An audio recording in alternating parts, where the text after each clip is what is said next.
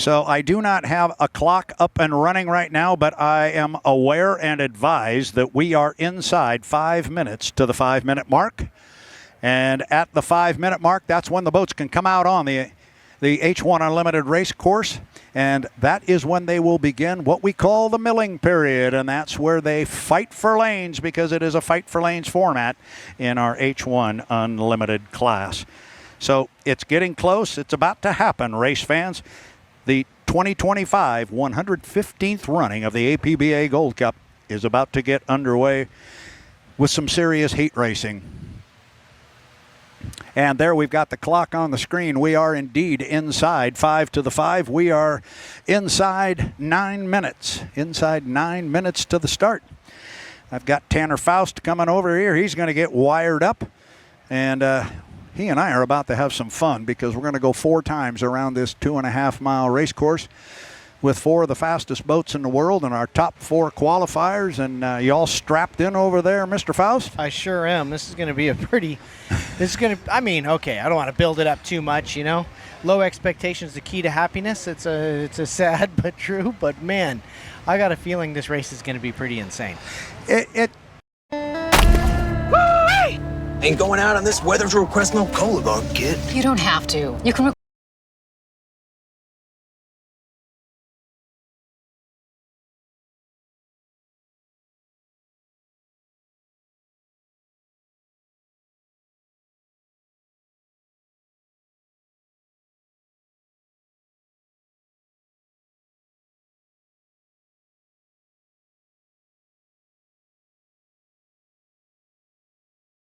These guys are all very, very competitive, and we've been talking about, there's just not that much racing left in the season. We have 3 races here to garner points and crown a national high points champion. And so, but the other side of the coin is, as you and I talked earlier, you cannot win the Gold Cup here in Heat 1A, but you can sure lose it if you make a big mistake and tear up your boat. Sure. So if we take a look at some of the boats in here, we got J. Michael Kelly here on the screen right now under the umbrella.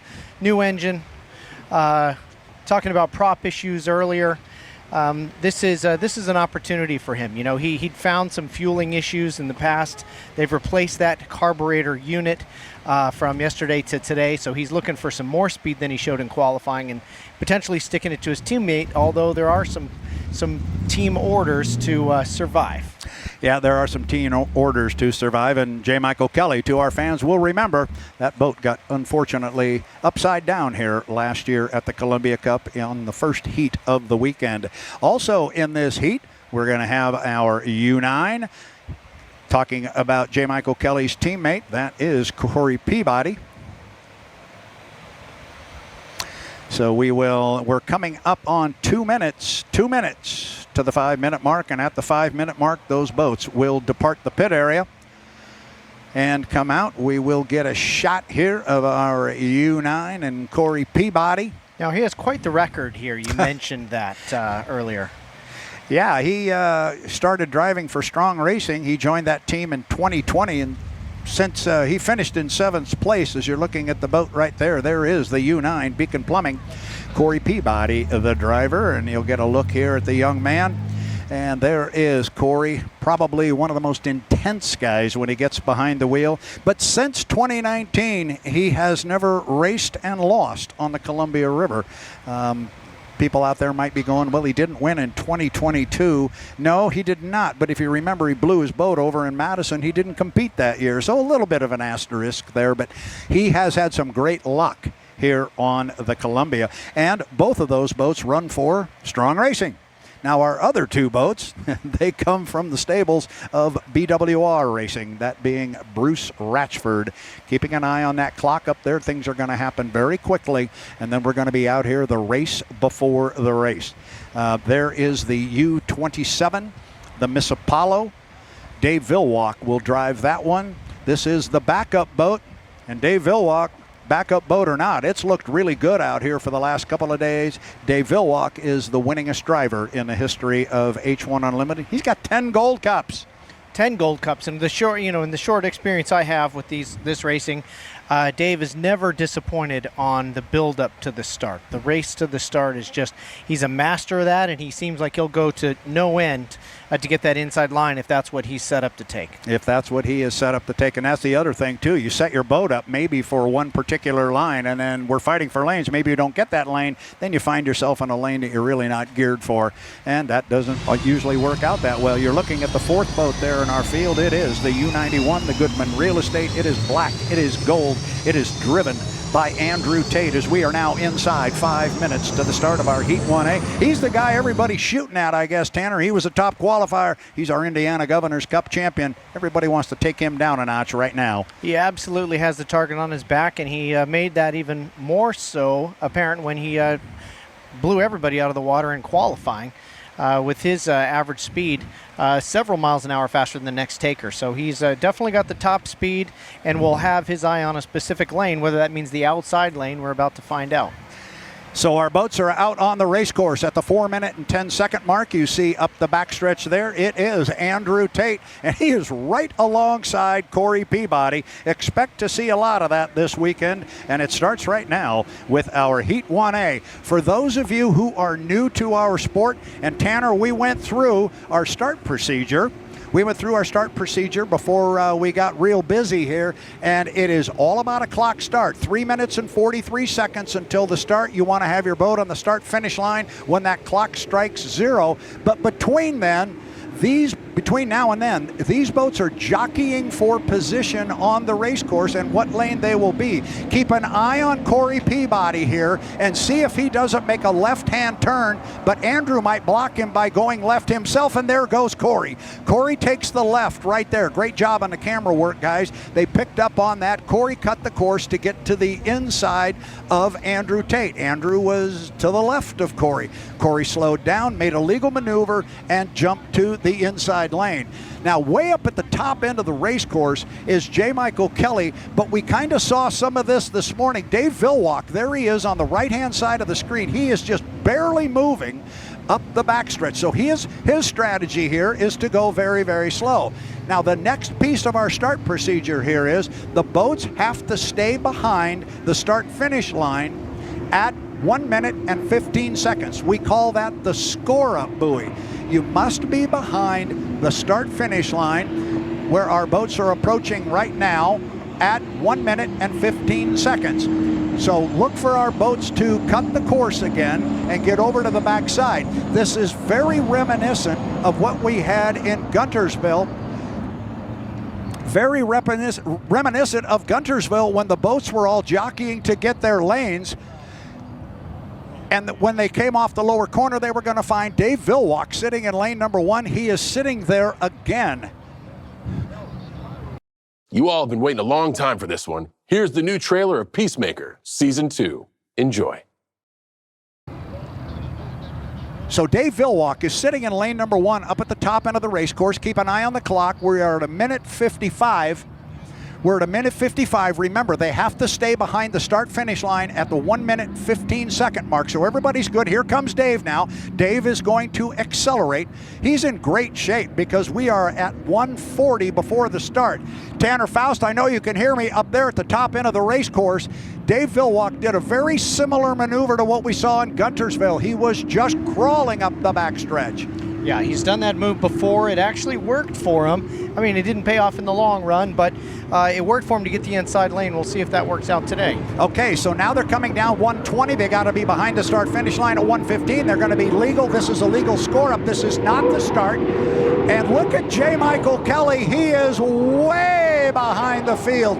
Mike is up at the top end of the race course, so I don't know what Mike is doing. I'm not sure if he is having a problem or not, but unfortunately, J. Michael Kelly is not with our leaders as they go down to the bottom end of the race course.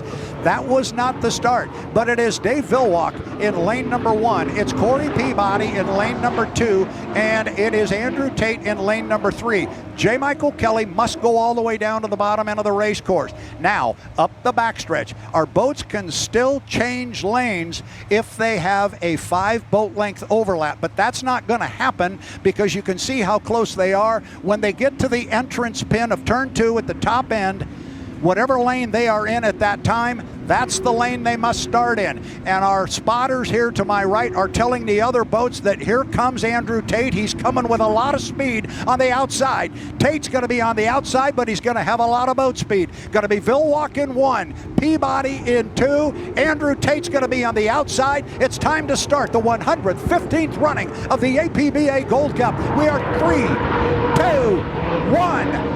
Mark. Andrew Tate's going to break the clock from lane number 3. Then Peabody was across in second place. He is in the middle lane. Vilwalk is back a couple of boat lengths, and he is on the inside. It is a clean start. Down to the bottom end of the race course. Who's going to get down there first? It is Peabody. Peabody in lane number 2 is going to have the lead, but I can tell you, Andrew Tate is right with him. Vilwalk is still in the hunt on the inside. And there's Andrew. Andrew and Corey are side by side up the backstretch. Look at them. It looks like one boat there, but it's really 2. Tanner, this is as good as it gets. This is absolutely amazing. On the outside, you can see all the boat lifting from Andrew Tate as he's maximizing the speed there going into the wind, the fastest part of the racetrack, trying to use the speed he had in qualifying. Corey Peabody just won't let it happen. Oh, and Dave's getting wet up there in the corner. Dave could not hold his line through the corner. He went wet going through the rooster tail of Corey Peabody, but he is still going. The race is out front. We're going to put the first one in the books, and remember, we go 4 times around. Peabody, he's got about 4 boat lengths right now on Andrew Tate. And I'll tell you what, Tanner, Corey Peabody is showing a lot of speed. He sure is. We didn't think that we had it in that boat, with Andrew showing his qualifying speed. Not sure what's happening to J. Michael Kelly. It's just unfortunate, but he's making his way around.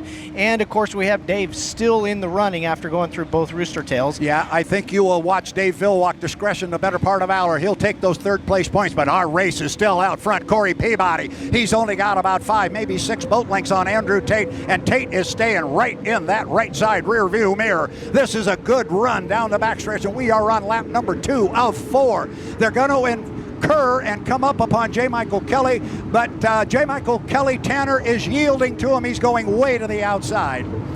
Yeah, he sure is, and Andrew Tate is getting a push, really not as wide as I would have thought. I thought Corey might have driven him a little bit wider there, but it looks like super clean racing here so far.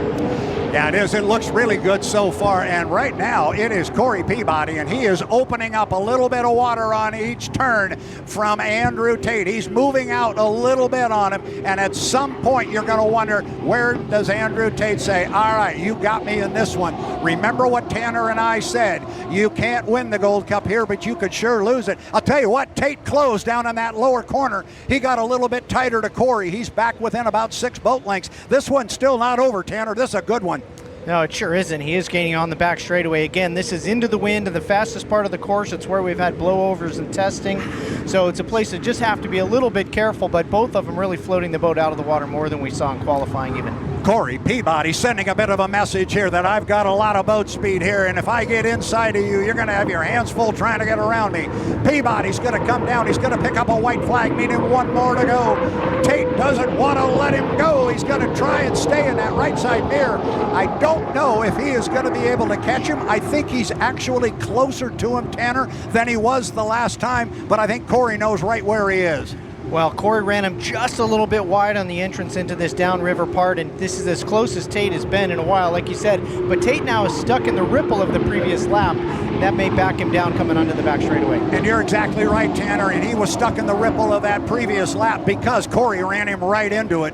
Corey's telling him right where he wants him to drive, and the spotters are telling Corey where to shove Andrew. That's just good driving. But I'll tell you what, here comes Andrew. Andrew is closing at the top end of the race course. He's pulled up to about 4 boat lengths behind Corey Peabody, and this is the final lap. This is for the checkered flag. There's Corey. Where is Andrew? There he is. I think he's going to run out of real estate. I think Corey Peabody has got him. Heat 1A of the 2025 APBA Gold Cup will go to Corey Peabody. Second place will go to Andrew Tate in the Goodman Real Estate. Wow. Our third place boat is entering the corner at the top end of the race course. You see it on the screen up there. That is Dave Vilwalk. Dave Vilwalk in the U-27, the Miss Apollo. He was with the boys. He was in the middle of that heat from an inside lane until he couldn't hold his lane at the top end of the race course. Slid out.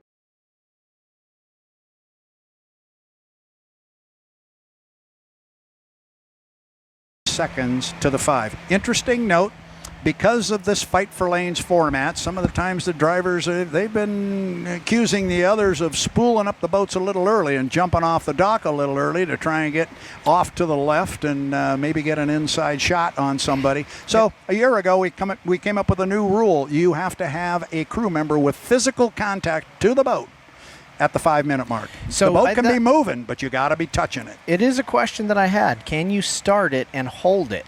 No. Okay, so you literally cannot have it. You can't sit in neutral. You can spool it up, and once it starts to spool and you engage, it's going. And so you got to kind of time that part. We are inside 5 minutes. I think it's about time for you and I to go for a walk here, Mr. Faust, and let's go get us a front row seat.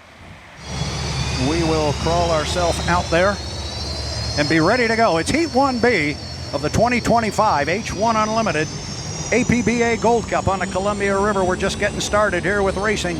Should be another good one here. Should be a dandy. Only got 3 boats, but they're all evenly matched.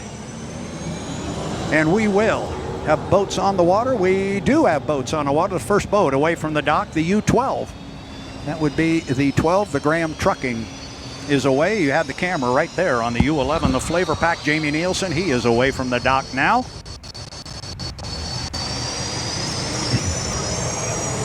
I had to step off to the left there a little bit, do a fist bump with my buddy Ben Dowell. He's happy to hear and see his boat away from the dock. Great shot there from the drone. Just beautiful there of the U11 Flavor Pack. And we've been talking about it, Tanner, since we got to Guntersville. This character, Jamie Nielsen, does an amazing job of grabbing an inside lane. Let's see how he plays this. He definitely was not in any hurry whatsoever to get out on the race course, and he's trailing everybody going up the back chute. Yes, he seems widely known as, in the conversations I've had with other teams and crew chiefs and even owners, as somebody who gets the most out of the boat that he's in. And, he's not in one of the high-dollar teams that maybe is spending quite as much per boat as some of the other teams, but he's certainly a guy that can maximize the boat that he's in and has the racecraft to get the job done.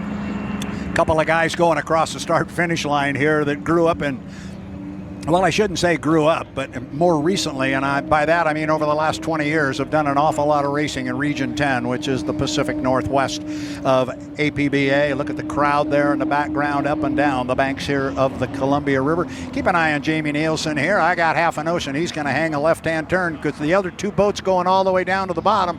Jamie wants to take a left, or go ahead and go, Jamie, if you, and there he goes. Now he's got to stall this off to 1:15 if he's going to hold the inside from this maneuver, right? You are exactly right. But the key to our longtime race fans here, and they know this one well, the dreaded 80-mile-per-hour rule is off the table. It used to be if you went below 80 miles an hour for a very short period of time, you were DSQ'd. We took that off the table. We know that's going to have some of these guys crawling up the backstretch like Jamie is right now, and that's okay. So great shot there as the drone rides along with Gunnar O'Farrell, and he looks out and looks to the front of him, and he sees the red and black of Jeff Bernard and the U12, the Graham Trucking. So it looks like Jeff will pull up here on the outside of Jamie Nielsen to the top end of the course. Again, looking at the clock, 1:50 till the start. They have to be behind the start-finish line at the 1:15 mark. And honestly, Tanner, it just didn't look like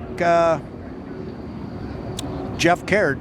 I think he had to know that Jamie was going to jump across there and get to the inside. I think Jeff just said, fine, go ahead and do it. I think Jeff wants to run this in lane number 2. Now, let's see if he beat the clock there. Yeah, he's got to be careful here. 1:15 is the mark. Jeff's getting close. And he's crossed over. He's going to be, he did. He jumped to the inside. Now, that's a legal maneuver. Now, the boats do have, great call. He did. He jumped over on Jamie Nielsen. He had to have 5 boat lengths to do that and to do it legally. Now, Jamie could still take it back, but Jamie has to have 5 boat, and he's got him, and he just did.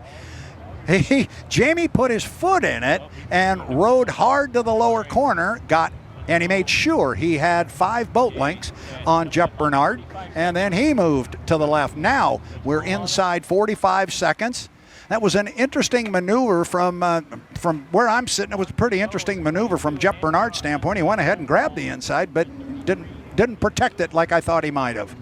Well, no love lost between these two. Certainly both of them are geared and ready and wanting the inside lane, so we'll see how this plays out. Jamie's going to be on the defensive from now to the start. 20 seconds to go.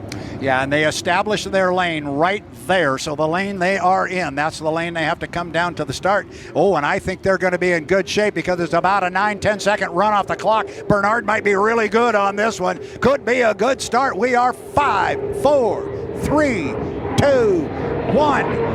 Mark, and it's going to be a clean start from where we were sitting, Tanner, and it is Jeff Bernard in lane number 2 that's got the lead, but look at the speed from Gunnar O'Farrell on the outside. Boy, Gunnar is just flying that boat incredibly high. Jamie a little bit on the inside, slow to spool up out of that last corner, and this is just treacherous as they hit their own rollers from the previous lap. Boy, I tell you what, Jamie was really tight to the apex buoy, and you see the dividends being paid from that. Look at them, 3 wide off the corner. 1, 2, 3. You're seeing all 3 boats running up the back chute. Jamie is now pulling up alongside Jeff Bernard on the inside, but it is still Gunnar O'Farrell. But now here comes Jamie. He's closing on Gunnar. He's going to pull up alongside. We said this could be great racing. Tanner is another beauty. Oh, the commitment to turn in between the lanes. Jeff stuck between 2 hallways of water at 150 miles an hour. Just the commitment and almost boat to boat there between Gunnar and Jeff on the way out of that turn. Here we come to put 1 of 4 in the books, and it's almost a dead heat, but it's still Gunnar O'Farrell by a half a boat length as they come across. Gunnar's driving the daylights out of that Spirit of America. He's got the lead, but he's on the far outside, but he's also got a lot of water to work with out there, Tanner. Boy, Jeff just making sure that Jamie Nielsen on the inside knows that he better hug the inside lane, because Jeff has given him just exactly 1 lane wide coming into turn 1. Here we come off the corner again and looking from the start-finish line across at the 2 boats that we see, and you're looking right now at the same view I have lower the top of my monitor, but in between those boats is Jeff Bernard and the U12, the Graham Trucking. This is an outstanding race up the backstretch, side-by-side racing. And at the top end of the course, it's still Gunnar. Now you get a look in there at Bernard. Gunnar has found a good line on the outside. Tanner, he tested in an outside lane all week, and it's paying dividends for him. It sure is. Jeff still has been in that hallway. He's made a little grounds on Gunnar here coming into the final lap, but Jamie now stretched his lead, doing an incredible job staying on the buoys and shortening the course on the inside lane. He is doing a great job. Gunnar O'Farrell is showing me a lot of boat speed, and look at this. Still 2 more to go. This is lap 3. Remember, we go 4 times around, and you called it perfectly on Jeff Bernard. He's driving in the hallway, and that hallway's getting deep. He's getting caught back there. This is not a good spot for Bernard right now. Yeah, he's catching spray from Jamie on the inside lane, and he almost looked like he had to back out of it a little bit there in turn 1. And Jamie now has got a little bit of clean air as he's stretching his lead. Now, what this is going to allow to happen if Gunnar wants it, now Gunnar can move to the left, and he can move closer.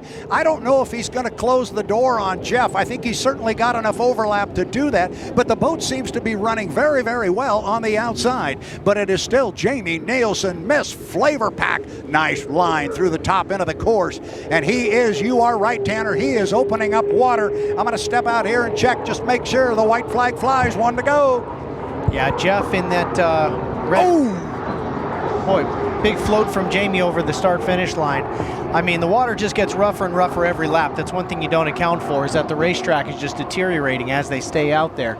But Jamie doing a great job of still keeping that inside. Unreal how much speed Gunnar is committing to, especially after his last stay on this water turned into tears, unfortunately. Absolutely. Now be careful, Gunnar. You got second place wrapped up. He's still got his sights on Jamie Nielsen and the Miss Flavor Pack. But I think this one pretty much has got the shouting over. I think he's going to run out of real estate. But I'll tell you what, Gunnar O'Farrell's a gamer up the backstretch. He doesn't want to let him go, Tanner. No, he does have a higher top speed on that treacherous backstretch right there. Jamie just needs to hold his line on the inside one more time, make his way to the checkered, and Jeff looks like he's understands where his position is and just going to take his 3rd place there in the red boat. Here comes Jamie Nielsen. He's going to come down and pick up a first place finish in our Heat 1B, 400 points in the Miss Flavor Pack. Then the Spirit of America, Gunnar O'Farrell with a great run on that one. It was outstanding. And Jeff Bernard, as you call it, he just got in a tough spot. Once he fell back a little bit in the hallway, he was in deep trouble. Boy, you watch the vintage You've watched vintage boats, they give each other so much space, and then you get into the Unlimiteds, and the hallway is narrow. The gloves come Oh, off. he turns in there, and it's like it's like driving through concrete wall. So it's two really incredible races, first and second within.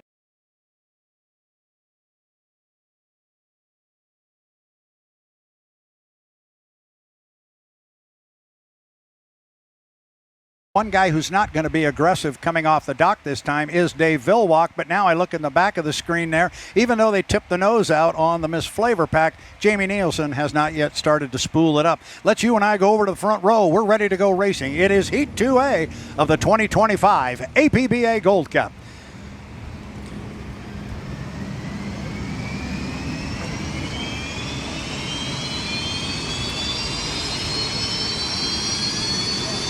So far in 3 out of 3 heats that I've seen Dave Villwock run, he has taken the inside lane by nearly stopping on the course on the inside, forcing the hand. Is that something you've seen over what, the last 60 years of watching him race, or 40 years, I should say? Well, it's actually really interesting what you bring up because, and I talked about it a little earlier, but I really didn't go into any depth on it. But up until last year, we had this 80-mile-an-hour rule. So you could not drop below 80 miles per hour. And if you did, you got a penalty. Now, I see Dave is away from the dock now. He's coming on the race course, as has Jamie Nielsen. We'll see if Dave wants to play the same game. He is way down at the bottom end of the race course. Meanwhile, our other 2 boats are up at the top end. That's going to be Corey Peabody. That is the boat on the left, and Jeff Bernard, who is driving on the inside lane right now. So with 3 minutes and 20 seconds, we got boats spread all over the race course. We talk about the start procedure, Tanner. These guys can cut the race course if they want. They don't know what lane they're going to race in, and Dave is cruising up the backstretch again. Now, do they have to cut the race course straight down the middle, or can they cut it anywhere? Obviously, there's safety boats out there. There must be some sort of regulation on where they cut the course. There are safety zones where they cannot cross. If they do, it is an immediate disqualification. And one of the places you can cut is on the Grand Prix course, and Jeff Bernard just did it. So Bernard cut. Here goes Corey. Corey's going to go. How about Jamie? Now, Jamie's the master at getting the inside lane, but now he's got 3 boats that are ahead of him on the race course. So this will be interesting. 2 minutes and 35 seconds. So everything for the new fan who is watching this start procedure, everything has been legal so far. We're jockeying for position. The next piece to the puzzle, Tanner, as you know, the boats have to stay behind the start-finish line, which is right in front of you and me. They have to be behind that line at the 1 minute and 15 second mark. So our boat's crawling up the backstretch, so they've got about a minute to kill. But they don't have to worry about staying above 80 miles an hour. Jamie Nielsen accepting that lane 4 almost at this point. I mean, it certainly looks like they're going to be able to get underneath that minute 15 with this pace. But Nielsen coming up fast on the outside. Yeah, it's going to be interesting. Oh, and Corey's gotten down. Corey's dropped off again. He's had this problem. He had it twice in Madison. He dropped down to ground idle. Now he's got the candle lit, so he's got plenty of time to catch up. But Corey's going to find himself maybe in an outside lane. So not a good deal for Corey Peabody at that point. At a minute 30, they got to stay behind this line at 1 minute and 15 seconds. Dave Villwock cruised slowly up the backstretch, but he yielded and let Jeff Bernard get inside of him. Now here comes, is this Nielsen? Yes, it is. Nielsen's going to try and make a move. He's got to have 5 boat lengths or a rooster tail, whatever is longer, and this is going to get tight because Jamie wants to move over, but Corey's flying in there, and he ran down there hard. They're getting really tight in there. And I tell you what, Corey Peabody got really, really wet going down the front end of that, and there's going to be some discussion about that. We'll let the officials take care of it. But that was Jamie trying to make a jump and move to an inside lane, and Corey going, no, I'm here. That got really close. Well, this will be interesting. Corey takes the outside at this point, but there'll probably be some sort of protest about that. I mean, it didn't necessarily go a smooth way, and certainly looked like Nielsen wanted to occupy that same space on the 3rd lane. Yeah, that's going to be interesting, and I'm sure the teams up on top of the tower, they will take a look at that. Meanwhile, we are going to go racing. We'll let them look at that. Our lanes are set. It is Jeff Bernard in lane number 1, and the buoy he goes by right now. That's the lane they have to run in. The lane they are in when they cross the entrance pin to the corner, that's the one they have to bring down to the start-finish line. Peabody's going to be on the far outside. It's Bernard in 1, Villwock in 2, Nielsen in 3. We are 3 seconds, 2 seconds, 1. Mark looks good to me, and Peabody broke the clock on the outside. Corey's going to run in an outside lane. Looks like Bernard is back and driving in the hallway down there. It is a clean start on the screen. Driving down the hallway in there is Villwock again. Bernard was back on the inside. Corey comes out of the, it's Dave Villwock who comes out of the corner first. It's Villwock. I saw the white boat. I thought it was Corey. And look at Corey right alongside of him. Off the corner, Tanner. Here we go again. Yeah, I certainly didn't give Nielsen any love back on that one. Pinched a little bit on the inside, but man, it really is neck and neck between Dave Villwock and Corey Peabody. Dave showing that he's here to play with this pace. Yeah, he sure is. Villwock's got the lane position. Corey's got boat speed, although Dave gobbled him up coming down the backstretch. This is where that inside lane's going to pay some dividends for Dave Villwock. Look at Corey Peabody stay right on his right side sponson. They're going to come down and put one in the book, the first of 4, and they're going to be dead even. It is Villwock. It is Peabody. That is a boat length for Villwock, Tanner. Here, this is another really good one. Now we got all that experience from Dave paying off. You can see how wide he pushed him in the second turn. Now we're back in the first turn up next to the bridge. We'll see how wide he pushes Peabody as they go through the roughest water we've seen so far. Coming off the corner, it's Villwock. He's got a couple of boat lengths there on Peabody, but Corey's right with him. Corey doesn't win, and there's the front end of the U9. Side by side racing here on lap 2 of 4. Remember, we go 4 times around. Villwock and Peabody, they are tied together. That looks like one boat. It is 2 up the backstretch. Now they get to the entrance pin. This is the second of 4 times around. Villwock is on the inside. That's the U27 to Miss Apollo. It's the U9 and Corey Peabody and the Beacon Plumbing on the outside. This looks like a rerun of lap number 1, but it's lap number 2 this time. And they will come down side by side. Villwock, Peabody, and it's Villwock again by 1 boat length. The same lead he had last time. Yeah, they really are maintaining. You can see in the corner that shorter course on the outside lane gets Dave out ahead, and then at the end of the straightaway, Corey's reeling him in. Both drivers keeping the boat out of the water as much as possible.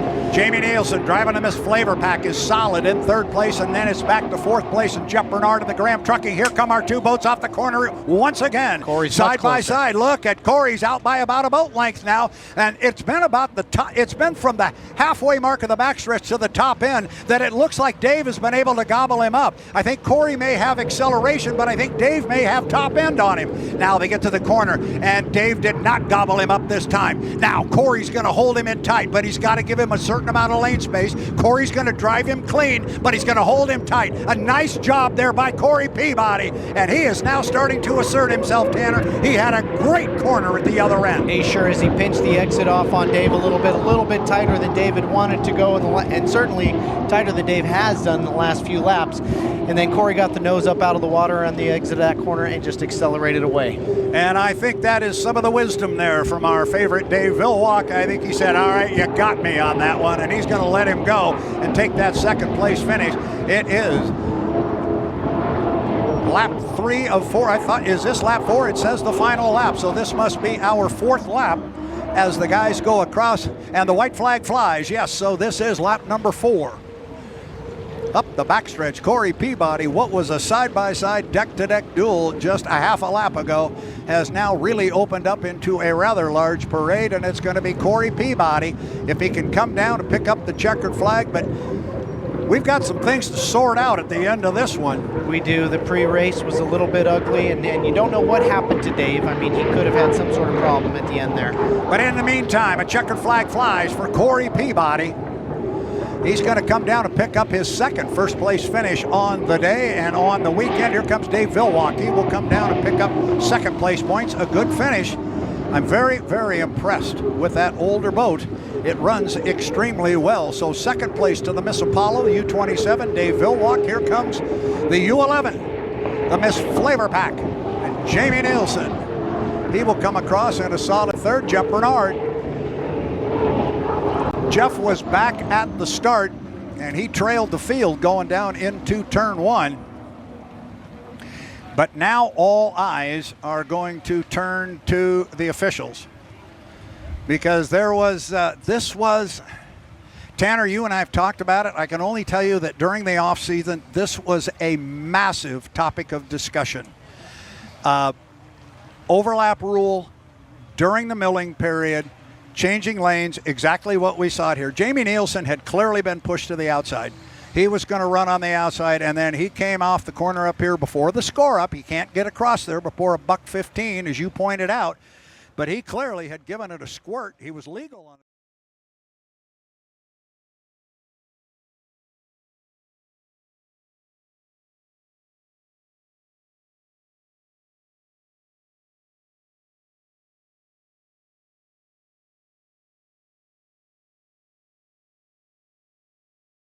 Because J. Michael Kelly's boat is, we've got to be inside 5 minutes because there's nobody touching that boat, and I see Andrew Tate's coming away in the background. So how about you and I as we look at a hot start here from JMK and the U8, the Beacon Electric, he will blow that out and be on the race course.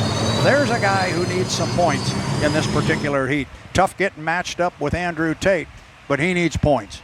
He does. Andrew Tate has certainly shown his speed, shown his race pace, and his qualifying pace will be tough to beat. But J. Michael Kelly has all the experience in the world. He does indeed. J. Michael Kelly has been a master at getting a strategic lane and making it work to his advantage. So we watch J. Michael Kelly and Andrew Tate in this one. They're going to square off against each other. And then we're going to mix Gunnar O'Farrell into this whole thing. Let's give the young man his due. He had a heck of a run in our first heat, or in our second heat today, when he finished in second place. So Gunnar O'Farrell will be in this one. You're looking at him there, the U21 Spirit of America, the predominantly white boat with the red, white, and blue lettering on it, Spirit of America. There it is. There still has the checkerboard effect, and if that looks familiar to you, Tanner, that's the checkerboard effect they had when we were over here for the test session, and the boat ran as the Lake Ridge Paving, which is the family business over on the west side of the state of Washington. So our start procedure, once again, if our new fans were with us in the last heat, we kind of walked through it, got a little hairy on the last one. We'll see if this one might be a little cleaner. It is Heat 2B of the 2025 APBA Gold Cup. It's the 115th running. Well, here we got something going on right here. Andrew Tate, I don't know if he wants to move over on Mike. He might be content to just sit there and run in lane 2, but Mike is sitting in a spot right there where there's no way Andrew could move left on J. Michael Kelly. Here comes Gunnar. I would expect Gunnar's going to stick to the outside as he has all through testing.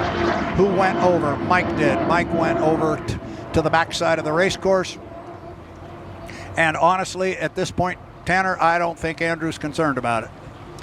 No, he certainly has the pace over this, and J. Michael Kelly would have known that too. So he may have committed to the inside lane and said, hey, if I can't beat him down the straightaway, I'm going to shorten the course, gear for the slower exit on the inside, and that's going to be my best bet, is to racecraft him out of it. I just love how cerebral this whole process is. They need to know exactly how many minutes and seconds there are before they can cut the corner.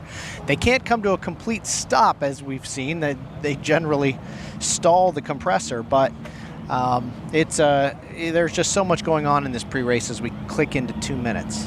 Yeah, and you're exactly right. Legally, yes, they could shut it off. But to your point, that stalls the compressor and you go all the way down, and then you may spend the next minute trying to wind it back up. So 1:45 on the clock. They have to stay behind the start-finish line until 1:15. One piece we haven't touched on is what would happen if somebody jumped across the score-up buoy before 1:15. They will be radioed by the officials to slow down, drop back, and move to the outside. Okay, so you guarantee the outside lane if you cross before 1:15 as we come down to 1:22. And they hustle it on up, getting those rooster tails up, and they're all clearly going to make it. Yeah, and I think that there's 1:15 right there. I think what you're seeing here for the starting grid, this is the way they're going to run. I wouldn't expect anything's going to change. I think Andrew is comfortable in lane 2. I think Mike feels that if he's going to run with Andrew here, I think he feels he's probably got to get the jump on him and be on the inside of him. So, and Gunnar, I think he's just going to stay out of the way here. I don't think he wants to jump in the middle of that war. Well, as we saw in some of these replays, if you caught that 2006 replay, I mean, the boats look similar. The footage is not 4K and beautiful, but it sure doesn't take much to get enough air underneath these things to blow them over. No, it does not. The whole idea is it's an extremely delicate balance. So inside 30 seconds here, Kelly's going to be in 1. Tate's going to run in 2. Gunnar O'Farrell on the far outside. It's Beacon Electric. Here comes Andrew up between boats. Andrew Tate in the Goodman Real Estate will be in 2. Gunnar O'Farrell, Spirit of America on the outside. J. Michael Kelly going to be in lane number 1. Plenty of lane space. About 9 seconds off the pin. They were there at 9. That's tight. Yeah, we are inside 5. We are 3, 2, 1. Mark, and I think it's legal, and man, was it good. J. Michael Kelly broke the clock from lane number 1, so we got the good start. It is indeed a clean start, and Andrew is back about 2 or 3 boat lengths as they get to the entrance pin of the corner. Now Kelly's going to get through the turn first. You can see the other 2 boats, Rooster Tails on the outside. Andrew's back about 4 boat lengths. Kelly got the start he wanted, Tanner, but now he's got his right side rear view mirror full of Goodman Real Estate. He sure did, and Andrew was hugging that second lane, hugging the first lane pretty tight, and ended up getting some pretty big kicks of water from J. Michael Kelly, which backed him down a little bit, and he's got some work to do. So Andrew is way back. I thought he was right alongside J. Mike, but Mike's got a bigger lead than I thought. He's going to have to hold it for 4 laps. A good run off the top end of the race course. J. Michael Kelly running like a rocket right now. He's coming down with a full Rooster Tail lead. That surprises me, Tanner, that he's running this well right now. Yeah, the exit of turn 1 caught Andrew just a little bit, almost to the very exit, kind of mid-corner, but Andrew is reeling him back in. This is going to be tight. He's got a couple laps to get it done, but he needs to stay out of some of this spray because he's taking a little bit wider line and not getting swallowed up by that wake quite as much as he did on the first lap. Now remember, J. Michael Kelly is in control of this race course, so when they get up here to the top end, he can push Andrew around a bit, and don't be surprised if you see him take a wider line through the corner. When he's running up here like this with the Rooster Tail lead that he has, Andrew can't see the buoy row. Andrew cannot see the buoys. Mike's going to do his best to hide those buoys from Andrew. And Andrew's still staying in the Rooster Tail, but barely. He's back just about a full Rooster Tail. Kelly comes out to about lane number 3. Andrew's dropping back just a little bit. Here comes J. Michael Kelly. You wait. Beacon Electric. These guys are flying, and Andrew does not want to let him go, Tanner. We're going to run this one all the way to the end. Yeah, absolutely. I think he knows he's got the boat speed. We talked about it earlier this weekend. When you qualify number 1, you've got the expectation on you, and you don't want to be the driver that doesn't bring the fastest boat home with a win in a heat like this. Now down to the bottom end. Andrew has definitely made up ground on this one. He's into the Rooster Tail now. He is making up ground coming off the corner, but Kelly knows right where he is. Kelly still out front 5, maybe 6 boat lengths. A great boat race here. Andrew Tate, our top qualifier, trying to run down qualifier number 4. But Kelly's got lane position. He got the jump at the start. And J. Michael Kelly is one of the very best at this. Top end of the race course. This is the 3rd of 4 times around. We may have a whale of lap number 4 here. Kelly about lane number 3. Boy, Andrew's coming. He's coming hard. He's coming all the time. He's going to make up ground, but he's still back about 5 boat lengths. Here we go. Lap number 4. Final lap. He cut the lead in half on that last lap. If he does that again, we're going to have a gnarly finish here coming into the final. And Andrew Tate already's reeled him in turn 1. Woo, boy, he sure did. That was a great front straightaway for Andrew. He's still back about 2 or 3 boat lengths. Can Mike hold him off? This is going to be quite the run. Nobody is in front of him on the race course. Gunnar O'Farrell is gone. It is these 2. Let's settle this thing up the backstretch. It is about a 2 boat length lead. Oh boy. All they're going to do is come off that corner. It's going to be a drag race off the top end. Kelly's still got the lead. He's got the lane position. Can he hold on for another few buoys? See if he doesn't push Andrew out a little farther. No, he tightened it up that time. He's too nice a guy to do that. It probably would have been in his best interest to run him a little bit wide. Now it's a drag race. Here we come to the finish. It is Kelly. It is Tate. It is J. Michael Kelly. J. Michael Kelly, and that's by half a boat length or less. I don't know, but I don't think there's much question, Tanner. I think Kelly got him. Boy, I'm telling you, Andrew's foot is sore from pushing that throttle through the firewall on that last straightaway. But it doesn't get any closer than that, does it? No, it doesn't get any closer than that. We had some strong racing people hooting and hollering back here. And for those of you who are new to the sport, that's as good as it gets in H1 Unlimited Racing right there. It doesn't get any better than that. And wow, J. Michael Kelly, he did not have boat. Andrew had boat on him. But Mike was just not to be denied. With the problems that Mike had, you always kind of root for the underdog a little bit. I'm just going to throw that out there. But with the problems that he had earlier, and he had the fuel issue yesterday, and couldn't really compete in the first heat, to have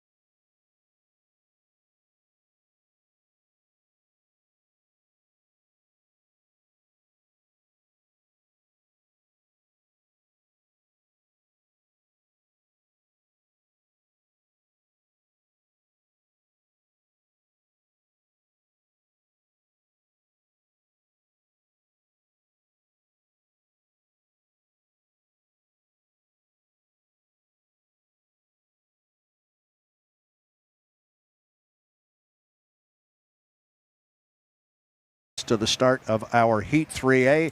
I'm going to say this another dozen times today, so let's get the first one going. It is the oldest active motorsports trophy in the world. You have yet to see that piece of hardware, and I know we got some people that are down there trying to get some film of it, and we'll show it to the fans. But right now, take a look at Andrew Tate, young man out of Canton, Michigan.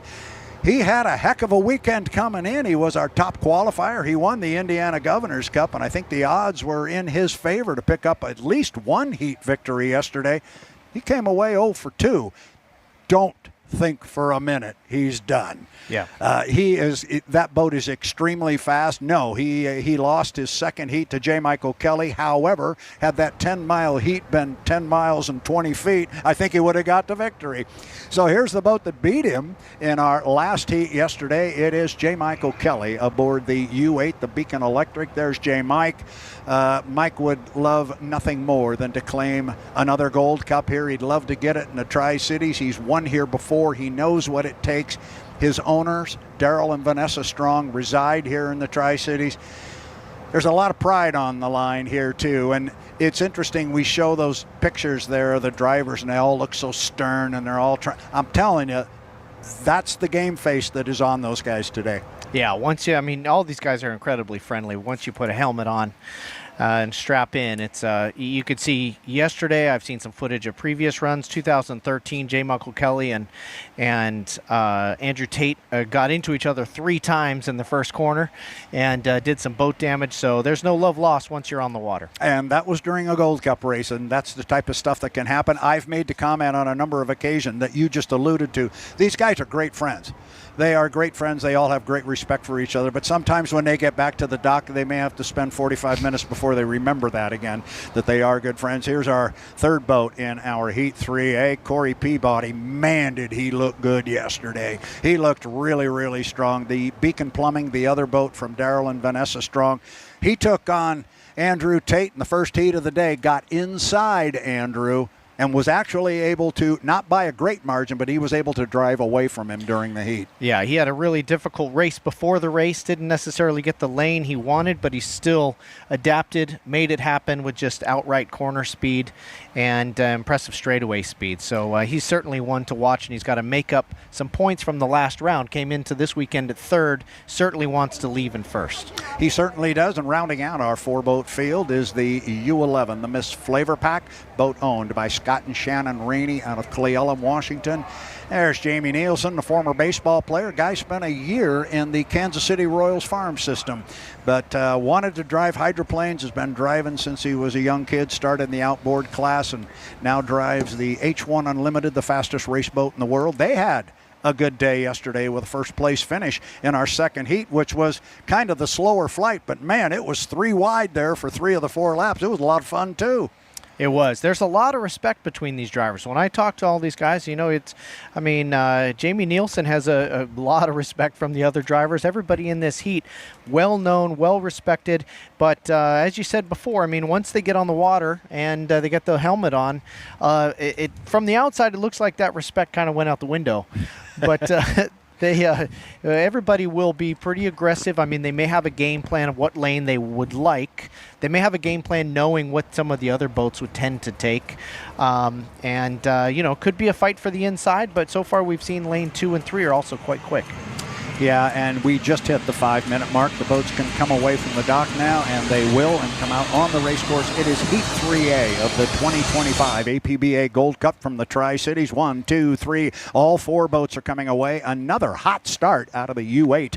J. Michael Kelly in the Beacon Electric. That's the boat on the far right-hand side of the screen, not coming out quickly with the other 2. Keep an eye on Andrew Tate in this one. I think what he learned in the first heat with Corey yesterday was the way things stood then, he couldn't let Corey get inside of him because he wasn't going to be able to drive around him. I look to see if Andrew Tate will trying hard to get an inside lane on Corey and see if he can beat him there. Yeah, those 2 definitely were out aggressively fighting for the inside, but Jamie Nielsen as well showed his hand early on by placing himself on the inside. Now, none of these drivers like Super Dave will just go out there and park on the inside and risk stalling the motor, but the strategy's already started and the boats are completely spread out now, so it's really interesting how it plays out from here. We will keep an eye on that. You are right. Dave doesn't normally do that. We'll find out in the second heat. We saw him trolling a little bit earlier this morning. Maybe he will try it. It's all about doing something different every time you come out on the race course. It is Heat 3A of the 2025 APBA Gold Cup from the Tri-Cities of Washington. We're looking at 3 minutes and 30 seconds, 3:30 till our start. Our field again, the U8, the Beacon Electric. You're looking at that boat right there on the right-hand side of your screen. Off to his right on the left side of the screen, you see the white Beacon Plumbing, the U9, Corey Peabody. Andrew Tate right now is coming off the bottom end of the race course. Looking for Jamie Nielsen as we walked over here. I do not see Jamie Nielsen.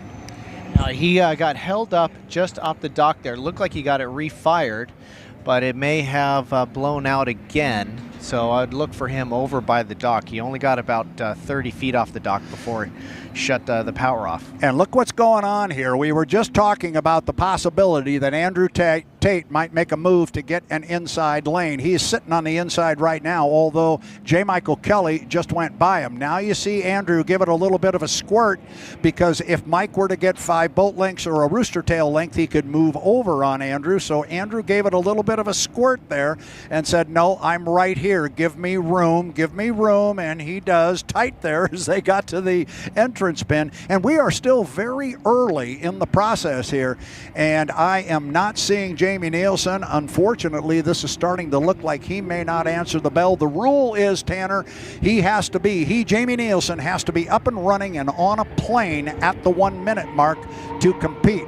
Now we see J. Michael Kelly has said, see you later. He comes down here across start finish line with a head of steam, and now he's going to cut and head over to the backstretch. Andrew decided that was a good idea to let him go. Now, the next part of our start procedure is they have to stay behind the start finish line at 1 minute and 15 seconds. Clearly, Andrew's going to park in lane number 1 and just come down here very slowly. Remember, the 80-mile-an-hour rule is off the table as Mike charges up the backstretch.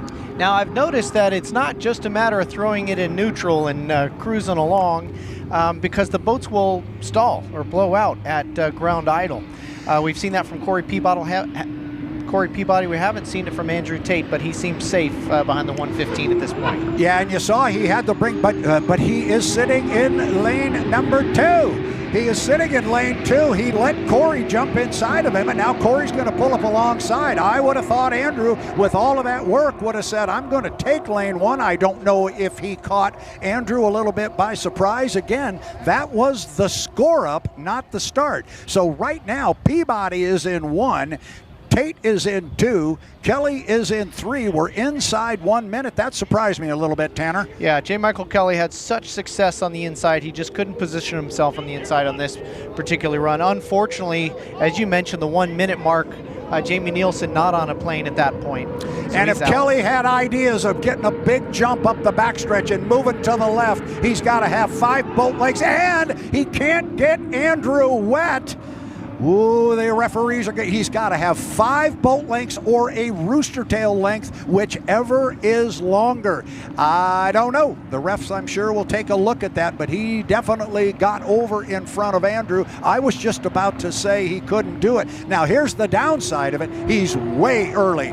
J. Michael Kelly. You watch Andrew Tate. He's going to bring speed. So is Corey. Now they try to get the power on. 1 second mark. And that is very, very close. I think J. Michael Kelly was early. He might have been. He flies the right sponson coming down. He's actually got the lead as they're going to go down to the bottom end of the race course. The start is clean. That must have been within a 1/10 of a second. Yeah, it's a coat of paint on that one. But Andrew now is way on the outside, running in 3rd place. Corey's going to come off the corner first. You see Corey. You see Mike. There you see Andrew's air scoop. Holy cow, we're 3 wide. Going down the backstretch in our Heat 3A of the 2025 Gold Cup. I've said this a few times, Tanner. You could throw a blanket over those 3 boats. Yeah, these have proven to be the 3 fastest boats of the weekend, and they're all out for these points that are up for grab here in 3A. All right, top end of the race course. Corey in 1, Kelly in 2, Andrew in 3. Andrew's trying to drive around the fastest boats we've got here besides himself. He's pulled up alongside Kelly, and he sets his sights on Peabody. But this doesn't get any better. Here we go again, Tanner. I mean, it's just insane. Now, J. Michael Kelly, if he gets behind Andrew, he's going to be driving through the hallway in this first corner. And he is. He's down in the hallway now. Possibility of getting splashed through there and getting buried. Oh, it's not a good place to be. No, it's not a good place to be at all. J. Michael Kelly is falling back, and here we go again. Remember, fans, we're going to go 4 times around. Now it is Corey Peabody, and it is Andrew Tate. Mike has dropped off the pace. Yesterday, when these two squared off, it was like this with Corey on the inside, Andrew on the outside, and Andrew was unable to drive around Corey. He's trying it again. I thought he would try and get to the inside of Corey, but he's going to try and do it on the outside again. They're going to come down and put 2 in the book with still 2 more to go. Remember, we go 4 times around. Peabody out in front, the Beacon Plumbing, by about 3 boat lengths. Boy, Corey really shortened the course on that tight corner, took a really far inside line. Andrew flowing a little bit more speed on a wider line. And on that straightaway, it's paid off. He's almost got it dead even coming into the downside of the track. Those guys are hitting the bottom end of the race course close to 190, 192 or 3 miles per hour. Now coming off the exit pin, still Corey. But I'm telling you, Andrew is right there. They can reach out the window and talk to each other.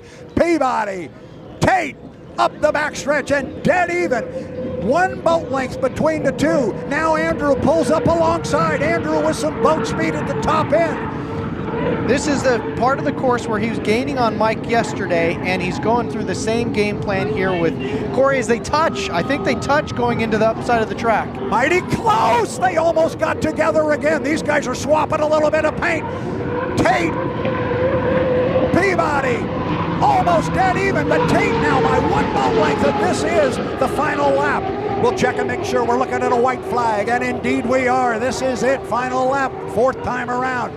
Who's going to pick it up? J. Michael Kelly comes home in 3rd. Peabody got down to the bottom end of the race course first, but if it was not by more than half a sponson. Andrew drifted out a little bit wide there. That cost him some time, Tanner. It sure did. I bet he does get the speed on the straightaway from that wider line. But coming into this top side of the course is where he's really fast, Andrew. So he's been super successful coming around the outside. He'll keep it incredibly tight as he tucks in and tries to go for another photo finish. Yeah, here we go. This is the run for the checkered flag. This time Andrew is back just a little bit. He's back about 2, maybe 2.5 boat lengths. You'll see him pop out. There he is off the top end of the course. And now it's a drag race to the checkered flag. It's Heat 3A of the 2025 APBA Gold Cup. It's Peabody, it's Tate, and it's going to go to Corey Peabody in the U9, the Beacon Plumbing, Andrew Tate in the Goodman Real Estate. I don't know, honestly, if I have ever seen 3 second place finishes where somebody worked that hard for him, and Andrew's got 3 of them, and holy smoke. Man, he really is able to turn it on in the top turn of the course, which makes for an exciting last straightaway across the start finish. He just wasn't close enough to him closing in on that last one. But again, another buoy down the straightaway, and he might have even had him. Don't want to diminish our third place finisher in there by any means, but it was just such a good race out front. But J. Michael Kelly comes home in 3rd position in the U8, the Beacon Electric, and you called it exactly right, Tanner. He got in between those boats, and as we saw yesterday with Jeff Bernard, if you're in between those boats, you don't want to start dropping back at all because the hallway gets real long and it gets real narrow. I just can't imagine.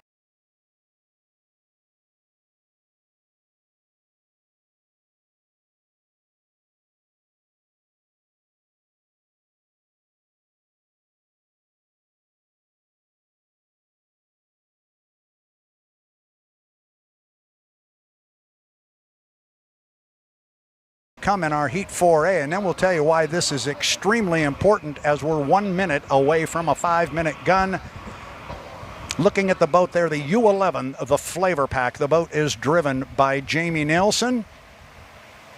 They are coming into this particular heat 5th in points on the weekend. They have 750 points to their name right now. So they're number 5. They're the boat that's on the bubble to stay on that front row of 5 boats. They are going to be joined in this heat by the U21, the Spirit of America. It is driven by Gunnar O'Farrell. Gunnar, as we keep saying, now you're looking at Dave Villwalk there, the U27. We will take a look at that one first. The U27, Dave Villwalk, he comes in 3rd in points on the weekend with 864. He just needs a good solid finish here. He will be on the front row of the final. And then rounding out our 3-boat field here is Gunnar O'Farrell in the U21, the Spirit of America. He is 4th in points at 855. This is going to have quite the impact, this heat, on our next heat, because right now, sitting on the bubble and on the outside looking in is Andrew Tate, our top qualifier. Right now, he is number 6 in points. Wouldn't that be something? Yeah, sure would. So Andrew will be watching this heat very, very closely, because if Jamie Nielsen, who is on the bubble, ends up winning this heat, then Andrew will need to win his own heat in order to stay off of that back row, correct? Yeah, Jamie Nielsen has 750 points. So if he were to take a 2nd place, he'd have 1,050 points. Andrew has 700.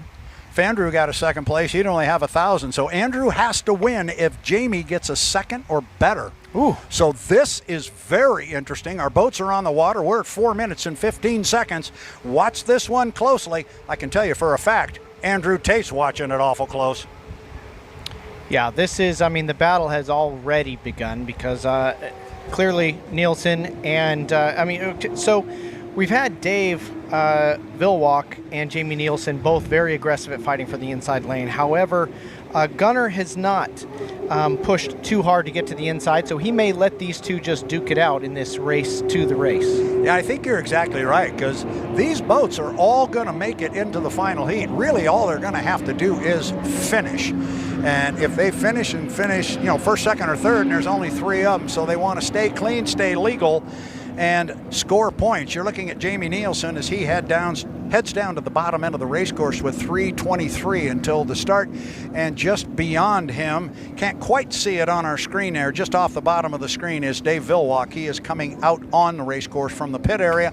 Watch Dave again, see if he does the same thing he's been doing. He's coming up the backstretch. He is at the exit pin of turn 1, and he is just, once again, he's crawling up the backstretch. There he is. And I can tell you one thing, there's no way Dave is going to do that same start procedure in the final heat and think it's going to work. Yeah, he's done that. This is the third time kind of using the same technique. In front of him, just out of our view, is Jamie Nielsen using the exact same technique. So he's on the inside cruising around at 40 knots or so. I mean, he's got to burn up a minute and a half before the 1:15 marker. And some of these boats seem to be able to drive a little bit slower than others without blowing out that turbine engine. But we'll see if Jamie can slow it down enough to claim that first lane. 2 minutes and 20 seconds to the start. What Tanner was just referring to is the fact the boats have to be behind the start finish line right in front of Tanner and myself at the 1 minute 15 second mark. There is no 80 mile per hour rule, and the boats can change lanes anytime before the entrance to turn 2 on the next lap. So these are not necessarily the laps or the lanes they will have to run in. They're not determining that yet. But this is the first part of the start sequence. They have got to stay behind the start finish line at 1 minute 15. Jamie's still sitting on that inside lane. Yeah, it sure seems like Super Dave. I don't know him well enough to call him that, but I just hear you say it a lot, so I'm just going to dive right in. It works. It seems like he's not fighting for it too much. Seems complacent for lane 2, just making sure Gunner knows his place out in lane 3. And as we come up to a minute 20, got 5 seconds before we cross the line. Yeah, I don't think anybody's going to move from here. I think they like where they are. Certainly Nielsen wants to be in 1. Dave, he'll stay right there, and Gunner's going to give it a little squirt now. They're already at 1:12, 1:11 when they came across the line. So clearly everybody was behind the magic marker there at the start-finish line or score-up buoy at 1:15. So that part was legal. We're good to go. Now, the next time they come across start-finish, we will be racing coming up on 55 seconds. So Nielsen and Dave, they went kind of hard down to the bottom end. You wonder if maybe Dave wasn't giving it a little bit of squirt, and Jamie's spotter was telling him, you better just stay on it a little bit, because Dave, if he could have got 5 boat lengths in front of him, could have moved over. But I think now I think the shouting for the inside lane's done. Well, this is the 2 mile course, Brad? 2.5. 2.5 mile course. So they need to average, I mean, at this point, they're averaging about just over 120 miles an hour to do a minute 15 lap and come back at 0. So it looks like they're just kind of dawdling about, but still very, very quick over the water. That last yellow buoy is about the 9-second mark. So as they cross that one, it looks like we're a little bit early on the inside for Jamie Nielsen. We'll see if he slows it down before the start finish line. It's 5 seconds to go. Coming up on 3, 2, 1. Mark, man, the way I looked at it, it was good, and it was really good if it was. There was a lot of boat speed there from Jamie Nielsen on the inside, and Dave Villwock from lane number 2. They will go down to the bottom end of the race cars. The start is clean, and they were good starts. It's just amazing that's a clean start. That had to have been within a tenth or two but Jamie maintains the inside. You can see Dave Villwock very comfortable in that mid lane, keeping his speed up, heading out onto the fastest part of the track. Third and coming out of the corners, Gunnar O'Farrell, but the race is out front. It is Dave Villwock driving in lane number 2, driving that U-27 to Miss Apollo. This is the older boat, the boat built back in 2007, but it's still got a lot of speed left in it. Nielsen, as you said, Tanner, got the lane position as they get up to the top end of the course. This is the first of 4 times around. Nielsen still wants to stay with him. Remember, if both of these boats finish, if all 3 of them finish, regardless of position, it puts pressure on the U-91 and Andrew Tate. But right now it is all Dave Villwock flying the 27. He's getting a good boat right now. I'll tell you what, Nielsen's got some speed. Yeah, Dave, just as we talked about in some of the previous heats, ran quite wide on the exit of that tighter corner. Really wide, all the way out to probably lane 3 or 4, and that gave Jamie Nielsen a chance to catch up a little bit as they come through some of their wake from the first lap. We'll see if Dave tightens it up, and he does on the exit of this one, not giving Jamie quite so much room. Yeah, and you see Jamie had to scruff off a little bit of speed right there at the exit pin. He was actually closing a little bit on Dave, but now Dave has opened it up a little bit on him. So up the backstretch on lap number 2 of 4, Dave's almost got a full rooster tail, and at some point, if this continues, Dave would be able to move over on Jamie. Quite honestly, I don't think he's going to do it. I think Dave's got a line that he likes up there, and it's running about lane 2.5 or 3. That's an outstanding boat ride right there. The boat is just floating. He's doing a great job. Yeah, maybe an old boat, but it sure does run well. And it's been, ever since he pulled it out, honestly, it looks very smooth and stable and pretty calm on the water, even compared to Gunnar as he's coming through in front of us now, bouncing and riding a little bit. But Dave seems to have this one under control for now. Yeah, he certainly does. Bottom end of the race course, you're looking at him from the drone. He gets to the exit pin of the corner right there, still dancing out about lane 2 or 3. I think he likes the water out there. He's got spotters right up above us that are telling him where the good water is, and apparently they're saying it's out in 2 and 3. Good boat ride. All he's got to do is defend his position. I think Jamie Nielsen will stand back and say, all right, we had some fun for a lap or 2. I'm going to let you go. I'll take my 300 points, and I'll see you in the final. But here comes Dave off the top end. Again, same line through the corner. He likes that one. See if Jamie's going out wider. Yeah, he's got Jamie on his hip now, so that shout is over. This is all Dave Villwock in the 27. The Miss Apollo. Boat owner Bruce Ratchford standing just immediately to your right, Tanner, and he's sponsoring the race. He's sponsoring the lead boat. He's a happy man right now. Sure is. Dave's been having a good weekend. I mean, penalties aside, just the drone gets a little splash from a 30-foot wall of water. And watching Dave go through here, you can really see all the spectators over there on the north side of the river. I mean, just an absolute packed house out here. It's been a festival for 3 days. It really is an amazing event here. It's the biggest thing that happens in Eastern Washington every year, and you're getting a great look at the 27 Miss Apollo of Dave Villwock. Like I said, this is the old boat. They've got the boat that was built last year in 2024, but this one was built in 2007. The boat they call Sharky, and it's got a very, very large and great history. And here he comes, Dave Villwock. You want to talk about a winning legacy?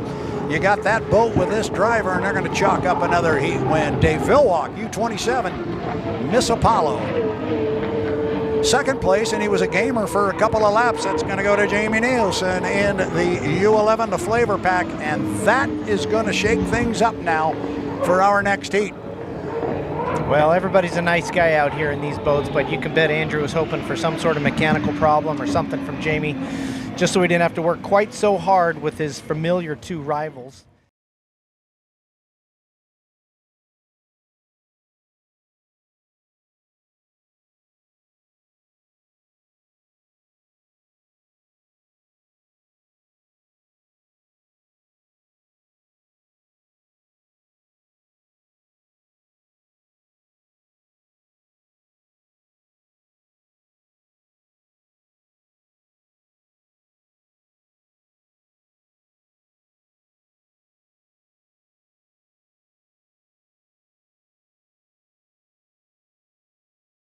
To our next heat, and here are the drivers and the teams for our heat 4B coming up in 8 minutes. We're looking at the U91, the Goodman Real Estate, and the heat is on. That young man, Andrew Tate, out of Canton, Michigan. He's a hockey player. He's a hydroplane driver. This guy is a consummate racer. I'm sure he is extremely focused down there. I made the comment this morning that maybe these teams had their number 1 bullet and their number 1 combination sitting in the truck, and they were going to save it for the final. With the situation that Goodman Real Estate is in right now and Andrew Tate in this heat, they may pull that right out for this heat, because without scoring the way we have it in our numbers, without scoring the victory here, he's not going to be on the front row. Yep. So Corey is, he's been amazing all weekend. He's got already over, I mean, he's won everything that he's lined up to, let's be honest. 1,280 points so far this weekend. Corey's been unstoppable. Hasn't always been easy. There have been some close finishes. But we talked a little bit before about how focused Corey is when the pressure is on. So he's not going to make it easy for Andrew Tate to get that much needed first place, that's for sure. And Corey's going to be going for gold as he has been all weekend. That's the only way Corey knows how to drive, and the only thing I would say about that is those first place finishes he has had this weekend, he'd trade them all for a second place finish, for that first place finish in the final. J. Michael Kelly, his teammate in the U8, the Beacon Electric. Where's Mike? There he is. He has the he's got his game face on there. This guy has never, from a qualifying perspective, never has he ever had the fastest unlimited hydroplane. He's never been the top qualifier, yet the guy's got, I think, 17, 18 wins to his credit. He gets the most out of his equipment. He's run real well out here this weekend. He's also had some trouble this weekend. If he and his teammate Corey Peabody can pull it all together right here, they can make it tough on Andrew. But watch Andrew. Yeah. Watch Andrew in this one. J. Michael Kelly's, I mean, his team arguably been working the hardest out here. They've been swapping parts, changing things, trying everything, and then they got rewarded with a win in the heat that, with the emotions that were coming through, it looked like he'd won everything at that point. But it was a much needed boost for the team, little vindication for all the work they put in, and I'm sure it was sweet for him, and he'd probably like more of that today. Yeah, absolutely. Now, looking at this lineup with the two Beacon boats, the 8 and the 9, the two Strong Racing boats, and Andrew Tate and the Goodman, I'm not concerned. I'm thinking, I'm trying to put myself in the thought process of Andrew Tate. I think he would perhaps, I think he'll take an inside lane if he can get it. But if he can't get an inside lane, I think he'll at least breathe a little easier if maybe it's Kelly in one. But I think Andrew's really concerned. I think he's got to be inside Corey Peabody. I don't think he hasn't been able to drive around Corey yet. 5 minutes to the start. The boats are going to go away from the dock. This should be fun. There's a big chess match about to take place out on the Columbia River. It's Heat 4B of the 2025 APBA Gold Cup, the 115th running, and it should be a barn burner. J. Michael Kelly, Corey Peabody, Andrew Tate coming your way right now for Heat 4B.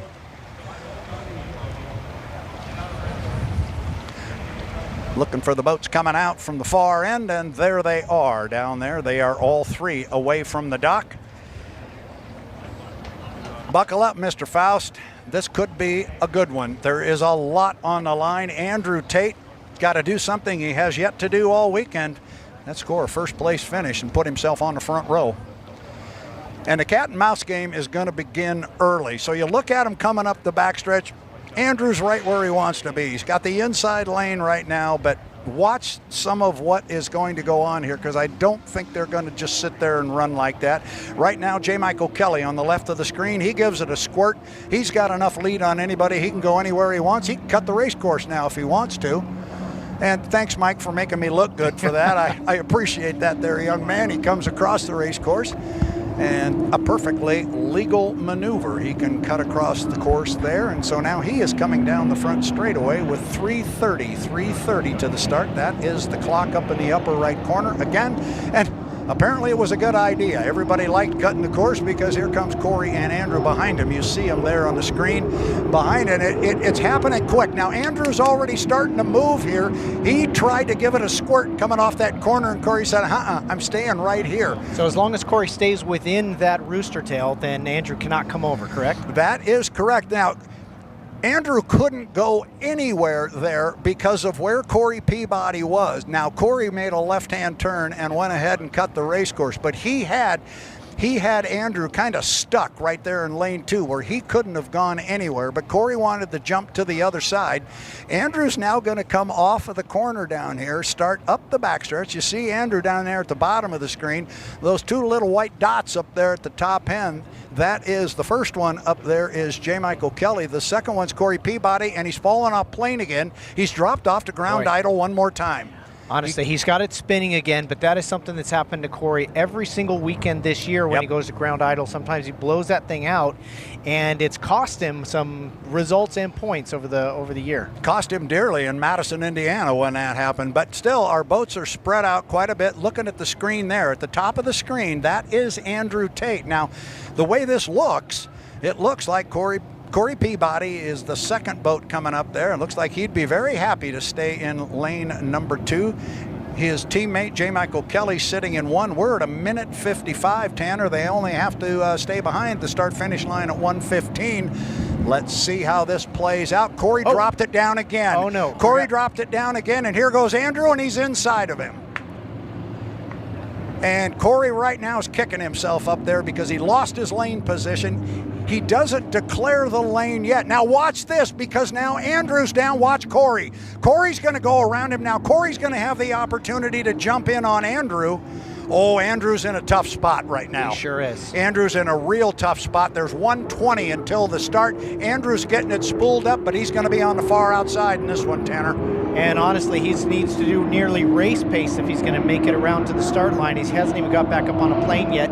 He's got it refired and spooling up, but he's going to be full race pace to get back up to the start-finish line. And fans, you could see him in the background there. He is at the apex of the top of the corner, and the other boats are all the way down to the bottom end of the race course.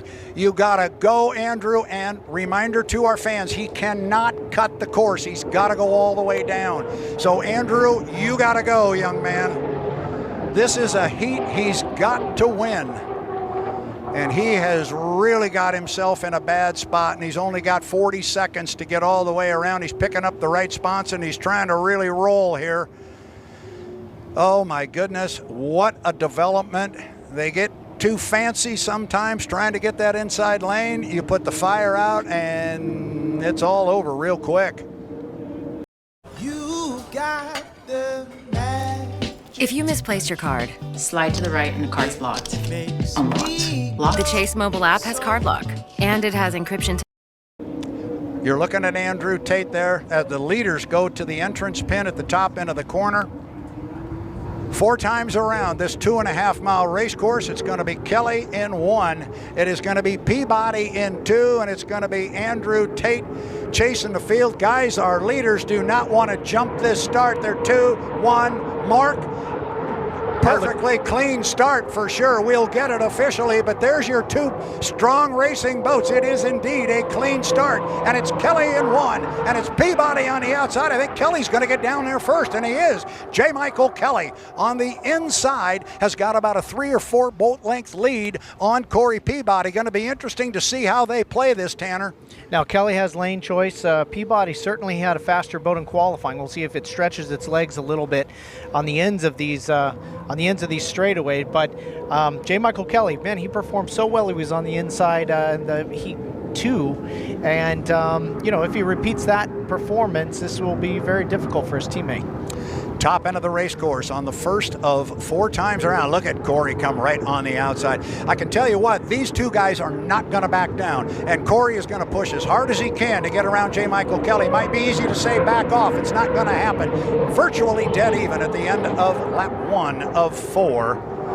And unfortunately, there on the left side of the screen behind everybody and coming across start finish right now is an extremely disappointed and upset Andrew Tate. His Gold Cup could be slipping through his fingers right now. Yep, Corey catches a ripple there on the wave, and J. Michael Kelly's able to stay on the inside of it. Doesn't seem to matter as Corey stretches legs on that back straightaway. With that wider turn in lane 2, he does seem to maximize his exit speed a little bit better. He does indeed. Darryl Strong, how about that shot right there? Beacon Plumbing out front, U9. Corey Peabody, second place, the bright red and yellow. Beacon Electric with J. Michael Kelly. Kelly hanging right on the inside. Good boat racing here. Now, look at that line that you talked about. Yeah, Corey's got a little bit wider line. He keeps the speed up. Mike had a good corner on the inside, but he kind of hit some rough water there. The boat took a hop on him, and I think that's going to cost him a little bit. He sure did. And it's, after riding in that vintage boat, I can tell you can't see those ripples until it's too late. So he's more than halfway through that corner where he even saw those ripples coming. And at that point, all you can do is blast through them and hope for the best.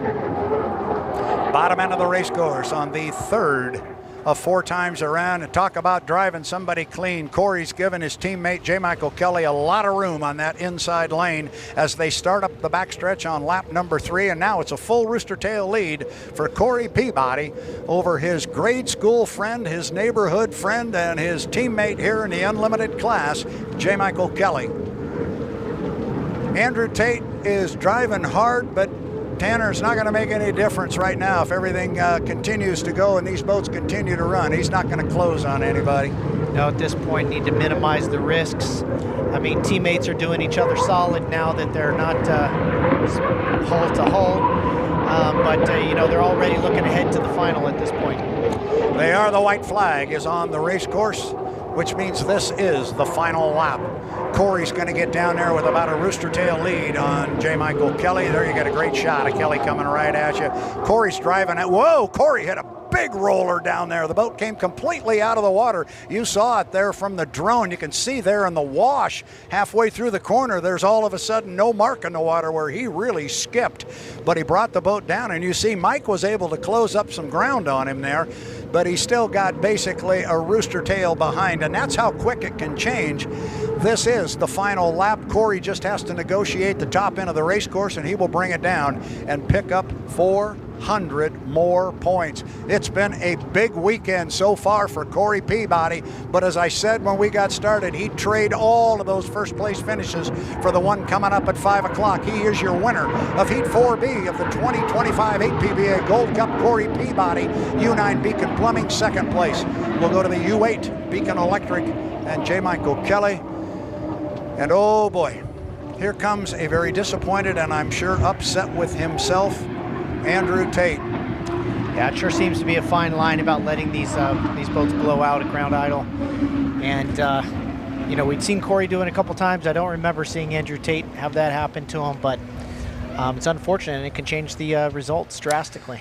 It can change them very drastically, and now that's going to change very much how these teams approach our final heat, what their thoughts going to be going into it. But unfortunately, we'll run the numbers, and yes, anything can still change. The boats do have to go through tech inspection, so don't write anything in ink. But out on the water looked pretty clean, and it did not look terribly good for Andrew Tate and the Goodman Real Estate U91. They needed a victory in that heat. They didn't get it. He came in with 700 points. He's going to pick up a third place, given everything goes through tech, 700, 225. He's going to have 925 points. That's going to put him behind J. Michael Kelly. It's going to put him behind Corey Peabody. It's going to put him behind Jamie Nielsen and Dave Villwalk.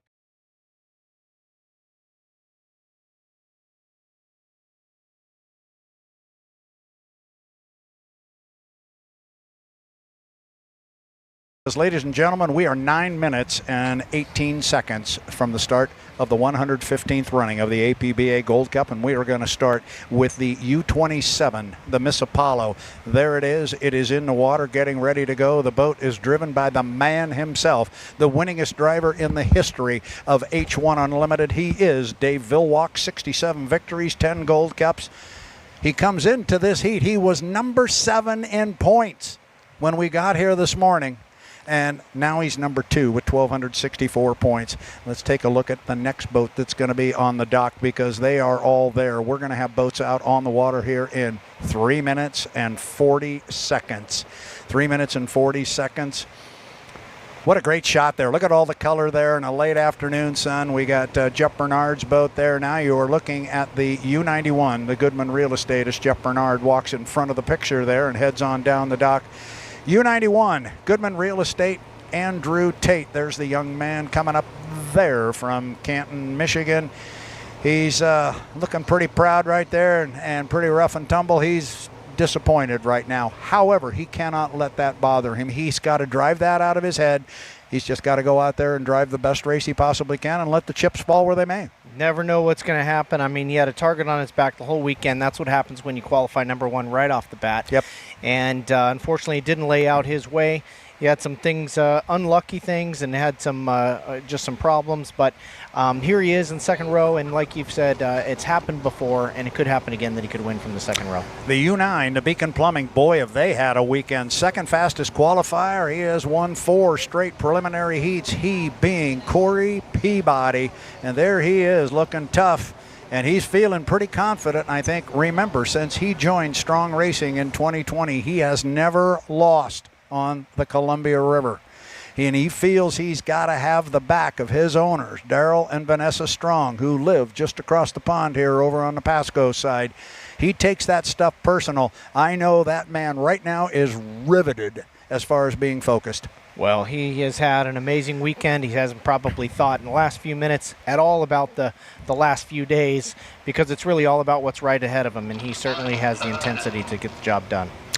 Here's J. Michael Kelly's ride, the U8, his teammate of Corey Peabody, but he's a teammate until they leave the dock. There's J. Mike, a young man has won 2 Gold Cups, would love to claim a 3rd right here on the Columbia River. He's won here before. He knows what it takes. The boat is fast. He comes in 3rd place on our points over the weekend with 1,229. If anybody can coax a win out of that boat from an inside lane, it's J. Michael Kelly. Well, you said it. That's where he had his most success all weekend, was from the inside. He hadn't converted a win until that point, and he surprised everybody, to be honest. And so I'm sure he'll be looking for that inside lane as we get to the race. Here's Jamie Nielsen, the driver of the U11, the Flavor Pack. Young man out of Gig Harbor, Washington. Super nice guy, great family, driving for Scott and Shannon Rainey out of Cle Elum, Washington. That is Shannon Rainey on the far right of the screen there.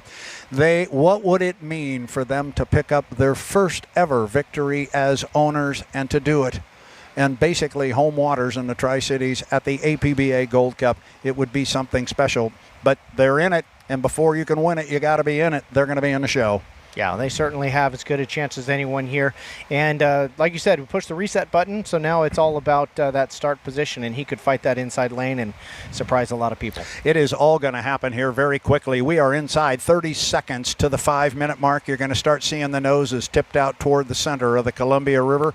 Ladies and gentlemen, buckle up. Tanner and I have been hyping this thing all weekend. I don't think there's anything else we can say. There's only one more thing to do, and that is let's go boat racing. And talk about Gunner. And there is Gunner right there. I was wondering if we were going to get him on a screen. Sorry, Gun Dog. We got you, buddy. U21, the Spirit of America. And this guy has just quietly had an outstanding weekend. We're inside 5 minutes. You're getting a good look there at the U21 Spirit of America. Gunner O'Farrell going to come away from the dock. We got boats on the water. Tanner, you and I need to be out there. Let's go decide this 115th running of the APBA Gold Cup. Boats are on the water. Time to go racing. Let's go. Well, every start so far has just been strategy tests and tuning to come up with what they can do to get that inside lane right now, or if that's really what they want. Some people just park on the inside. Some people sprint out in front and take the inside lane by force. But none of what's happened so far this weekend matters. All that matters is what they do in the next 3 minutes. That's exactly right. Now, the one I want to watch coming away from the pit area is Dave Villwalk, because Dave has been using the same start strategy every time he's come out, seemingly. He comes out and he just cruises first of all, he comes out late, and he's not out yet. 1, 2, 3, 4. I've got 4 of our 6 on the water. Jamie Nielsen going to come across start-finish line here at about 3 minutes and 50 seconds. Remember, he is the man who's the magic man about getting an inside lane. I'm sure he's got his radio man somewhere here on the shoreline who will be telling him where the other boats are, where Dave Villwalk might be. And there you're looking at Dave. He's sitting at the dock. They are not thrashing at all. So this is part of their strategy. This is not a boat that is having trouble getting started. Dave is just sitting there, and we saw him come out late, but not this late. All a part of the strategy. We'll keep an eye on the Apollo as the other boats are out on the race course, and they are cutting back to front on the race course. Looks like they are pushing Dave out now. So he's going to come out just after the 3-minute mark, and he's going to find a lot of boats cruising up the backstretch very, very slowly. Well, I just love it. I mean, Dave Villwalk has forgotten more strategy than most of these guys will ever know.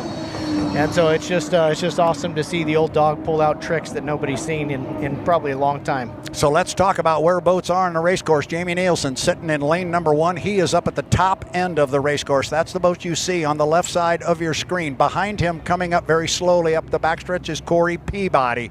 That is Peabody. Then the third boat coming up the backstretch, there is his teammate. That is J. Michael Kelly in the U8. He's just off your screen, but he is the third boat we're pulling out there. There you see J. Michael Kelly.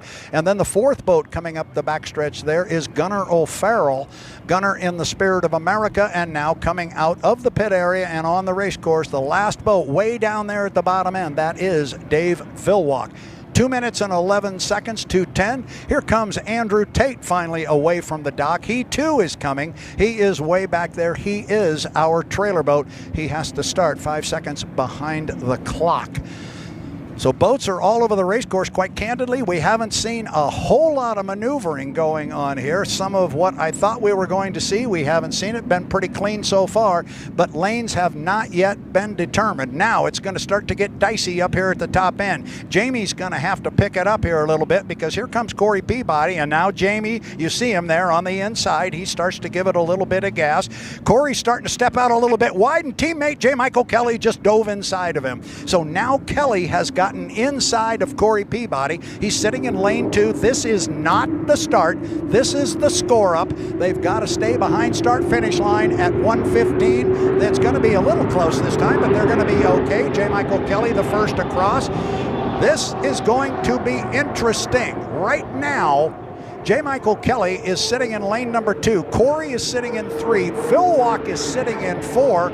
And coming across the start-finish line right now is Andrew Tate. I don't think you're going to see anybody change lanes at this point because it's going to be 2. Unless you see J. Michael Kelly. He might make a move. Can he come over? His radio man's got to be telling, and he did. He did. He moved over on Jamie Nielsen. It looked like Jamie Nielsen went across the wake. We'll find out better as they close up to them here, but I think Kelly has put himself in lane number 1. He has indeed. Nielsen is sitting in 2. Then it's Peabody in 3. There goes Gunner on the far outside up toward the top of the race course, and in lane number 4 will be Dave Villwalk. The clock says 20 seconds. Nice move by JMK to get that inside lane, Tanner. Oh, it sure was. We talked about how critical that was for him. He's comfortable on the inside. As we come down to 12 seconds, they're about 3 seconds early around that corner. This is going to be super tight at the line. 5, 4, 3, 2, 1. Mark. I don't know if my clock is legal, and if my clock is right, we'll let the start is under review because it looked like maybe we had a couple across. Oh my goodness. And Andrews Tate comes across. Now, first boat to get down to the lower end of the race course, J. Michael Kelly. He broke the clock, but was it early? And I think he's got Corey coming with him. Yeah, that's Corey coming off the corner. So it is J. Michael Kelly on the inside. He's opened up about a half a rooster tail lead, and I believe that is Corey Peabody that's running with him. I'll tell you what, our third place boat right now up the backstretch is Gunnar O'Farrell. He is running in 3rd. Phil Walk is pulling up alongside of him in 4th, and then it's Jamie Nielsen back in 5th on the inside. Kelly took a big hop at the top end, but he got her back down. Kelly taking a tight line. Kelly's driving the daylights out of it, Tanner. He's getting a rough ride, but he's really pushing. He sure is. The water's rougher than he's seen so far, but he is absolutely, he sees that he's got clean water in front of him and absolutely foot to the floor as his teammate tries to redo what he did in the 30, which is kind of move on past him. But I got to be honest with you, I feel like 3 or 4 boats might have been early. We could have Gunner in the lead at this point. We really could, and I don't know how accurate our clock is. We have been off before, but usually we are dead on. So we will just wait until we hear from the officials. We are on lap 2 of 5. J. Michael Kelly up the backstretch now. He's got almost a full rooster tail on Corey Peabody, and this is kind of shocking me because JMK is showing some real speed. We heard talk of a brand new special motor for the weekend. Is that what he's running out there? If it is, it's working. Well, I don't know. He's coming into that section where he got bucked before. Smoother water this time around. Corey's really got to, he does take a little bit of flight there on the exit. Corey's got to really start getting his exits out of these corners to maximize the straightaway speed. Meanwhile, there's a race for 3rd back there still as we have Nielsen battling it out with Super Dave, and the Goodman Real Estate still trailing back. Our race is out front, and it is the 2 strong boats, and they have really opened up water on the field. They are way down, but again, our start is under review. That's right there in big block letters. And now Corey Peabody has pulled up. He's made some ground up on his teammate, J. Michael Kelly. They are teammates, yes, but they race individually. They are not buddies right now, but Corey is running right with him. The question is going to be the start, but also the question is going to be which one of these 2. Peabody closing on his buddy JMK up the backstretch. There you get a look at both boats from the drone. Corey really closing on him now. This is going to be a good run down the front straightaway. They are on lap 3 of 5. There's J. Michael at the top end. There comes Corey right with him. Tanner, this is going to be a good run down to complete lap number 3. Incredibly tight match as Corey gains on him. He gained at least 3 boat lengths in that last lap, and he's gaining on him down this back straightaway. If he does that again in lap 4, it's going to be really close on the start-finish line. J. Michael Kelly really is flying the boat. The boat is way out of the water. Coming into the top of the track, you can see the wake is just bigger than it has been before, as Corey's dealing with that wake a lot better. But Corey makes the pass on the back straightaway, builds that speed. J. Michael Kelly, of course, will have that inside lane going into the top of the course. Good job, Tanner, up the backstretch. About a 3 boat length lead for Corey Peabody. Again, the big question, is it legal? There is question about that. The start remains under review. Our officials are up above us on the right, and they are going to be looking at the film. They will get it to us as soon as they possibly can. Now it's Corey off the top. He's going to come down. We'll see what kind of a flag he gets. He should get a white flag this time. Should be the white flag. It flies. Even if they jump the gun, it would still be a white flag because it's a 1-minute penalty, not a 1-lap penalty. Kelly hanging right with him now. Tanner doesn't want to let him go. He sure is. I mean, he's just one skip away. J. Michael Kelly's just one skip away in the water from regaining the lead here.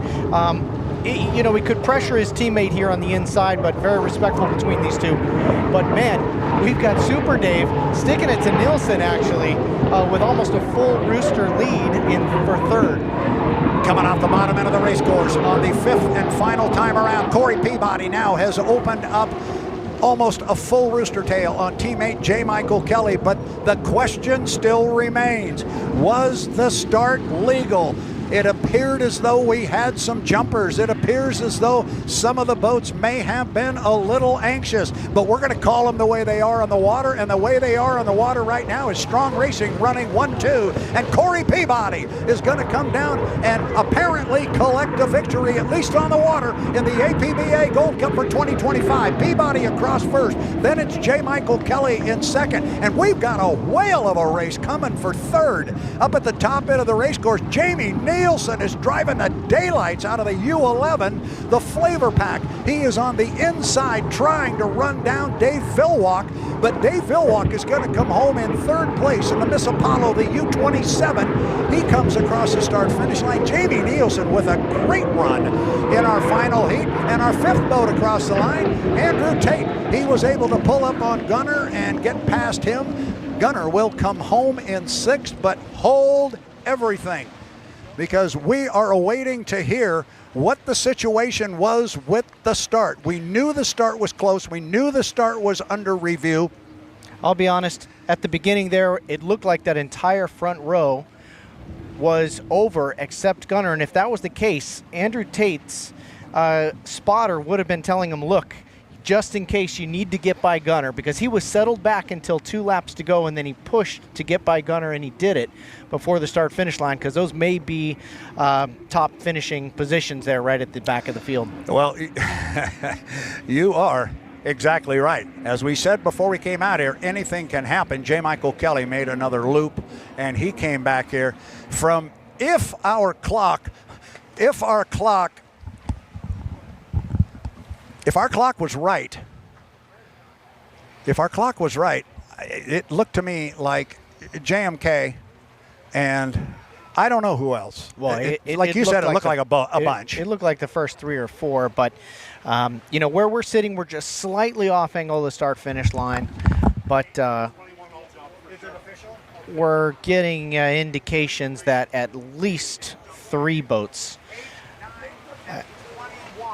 have jumped. 3 boats, 8, 9, and 21. That's unofficial. We'll wait for Brad. He's obviously the official voice, but that changes things up. Yeah, apparently we are told officially the U8, the Beacon Electric, the U9, the Beacon Plumbing, and the 21, the Spirit of America with Gunnar O'Farrell, all jumped the clock. If that is the case, the next boat across the line was Super Dave Villwalk, and he had the Flavor Pack with him the whole time. Could this possibly be maybe the biggest story we've had in the sport in a number of years? This would be quite a moment. It's not official yet. the officials are still reviewing the racing on the water because there could be other. Here's the replay of the start. Let's take a look. This is top end of the race course. Oh, great. We got There the you clock see. up there. Gunner on the outside, sure enough. Gunner's the lead boat coming off the top end of the race course. So here they come. Now, Kelly on the inside is going to really give it a squirt because I don't think there was any question if there were gun jumpers that he jumped. Kelly's going to come into the screen from the left. Now he's on the far right. It's tough to see. There's the buoy down there in the right corner. Boom. And so the first 3 boats across the line were the 8, the 9, and the 21. So here is another look at it. My goodness, we could be sitting on an incredible story here, Tanner. Could Dave Villwock, after all these years, get victory number 68? Could he get his 11th Gold Cup and tie Chip Hanauer for the record for the most Gold Cup wins? We could have a heck of a story developing here. Here's the drone shot. Boats coming down. It's tough to see from here. It would be... They should be at 9 seconds at this buoy, and here they're still at 12 seconds. So this was, I mean, an indicator that it was going to be tight. Somebody was going to have to lift. Somebody was going to have to pull their foot. And there's the buoy down there, and boom. Oh, here we go. Now, this is good. If we can just click this forward, you got 0.7 of a second there, and it has to show the hash marks. You're not at 0 until you see hash marks on the clock. So if we can click that forward, oh boy, look at that. Boy, maybe Nielsen also. How about Nielsen? But Ooh. you clearly have got 2 boats across right there. Dead center in the middle, that's Corey Peabody. He's not across yet. Now it's a legal start. Boom. And there it is, right there. You've got the dash marks. Wow, great work by the guys in the truck, because you've got 2 legal starters there. The Flavor Pack, the U11, that's the yellow boat in lane 2, and Dave Villwock out there in lane 4. Great work in the truck of getting a good shot of that. Erica is ready with Dave Villwock. Let's go down there. Erica Allreed, take it away with Super Dave.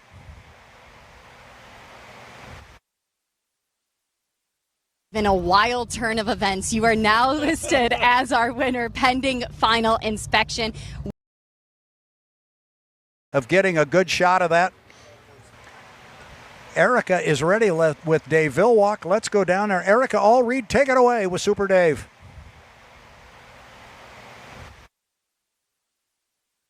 In a wild turn of events, you are now listed as our winner pending final inspection.